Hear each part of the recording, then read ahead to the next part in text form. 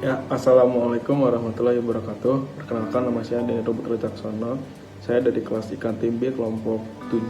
Di sini saya akan menjelaskan tentang praktikum acara 2 yang berjudul nekropoksi dan vaksinasi. Yang pertama, setelah penyembelihan yaitu periksa bagian kepala dengan cara memotong bagian hidung hingga mulut. Kemudian, gunting bagian kelopak mata.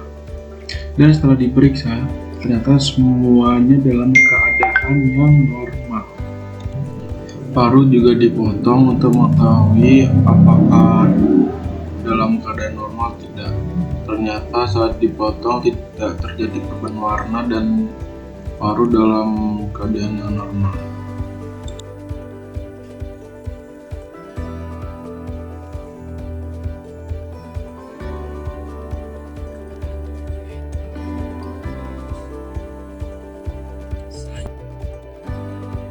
Selanjutnya yaitu periksa bagian rongga dada dengan cara memotong tulang gigi dari bawah menuju ke leher dengan gunting. Lalu amati bahwa organ-organ pencernaan tidak terdapat perubahan warna dan organ-organ dalam keadaan sehat.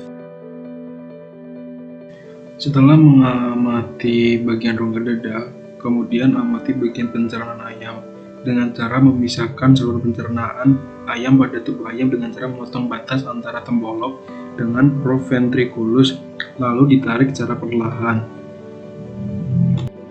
Bisa diamati saluran pencernaan tidak terdapat peradangan atau bintik-bintik pada saluran pencernaan. Kemudian belah saluran pencernaan dengan gunting. Setelah diamati, maka tidak terdapat iritasi sama sekali pada usus. Setelah usus, dilakukan pemeriksaan pada proventriculus, yaitu amati pakan yang dikonsumsi ayam. Nah, dilihat yang dikonsumsi itu dalam keadaan normal. Kemudian pisahkan lapisan proventriculus.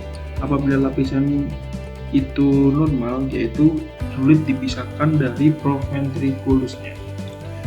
Selanjutnya yaitu pemeriksaan kekebalan tubuh pada ternak, yaitu dengan memeriksa bursa Fabricius dengan cara dibelah jadi dua dan dilihat apakah ada perubahan warna atau kecacatan, dan dilihat tidak ada perubahan warna dan kecacatan sama sekali. Untuk pemeriksaan pada jantung tidak terdapat radang dan pada lapisan tidak berair, sehingga dapat disimpulkan bahwa jantung dalam keadaan sehat. Untuk saluran pernafasan dapat dilihat salurannya terdapat kelainan atau tidak. Jika tidak, dalam keadaan yang normal. Untuk pengecekan paru-paru bisa dilihat dengan cara paru-paru dipotong dan dimasukkan ke air. Apabila paru-paru mengembang, berarti paru-paru dalam keadaan yang sehat. Di sini saya akan menjelaskan tentang materi vaksinasi. Vaksinasi sendiri dibagi menjadi dua, yaitu vaksin aktif dan vaksin inaktif. Vaksin aktif sendiri memiliki pengertian yaitu vaksin yang mengandung mikroorganisme hidup yang telah dilemahkan. Kemudian, vaksin aktif sendiri yaitu berfungsi untuk mendetak kekebalan tubuh yang bersifat lokal di permukaan tubuh, sehingga penyerapan yang terjadi lebih cepat. Umumnya, vaksin aktif ini berbentuk kering, bubuk, dan harus dilarutkan terlebih dahulu. Selanjutnya, vaksin inaktif, yaitu vaksin yang mengandung mikroorganisme yang telah dimatikan dengan metode tertentu, contohnya menggunakan suhu yang panas, kemudian radiasi. Namun, setelah dimatikan, mikroorganismenya masih hidup dalam keadaan utuh. Mikroorganismenya masih dalam keadaan utuh tetapi tidak dapat berkembang biak. Vaksin inaktif berbentuk cair yang mengandung antigen dan pelarut untuk memperpanjang durasi imunitasnya.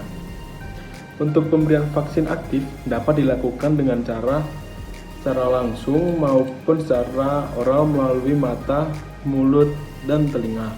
Selanjutnya, metode intramuskular melalui suntik sayap dan terakhir dengan air minum. Untuk pemberian vaksin inaktif yaitu melalui injeksi intramuskular dan injeksi subkutan.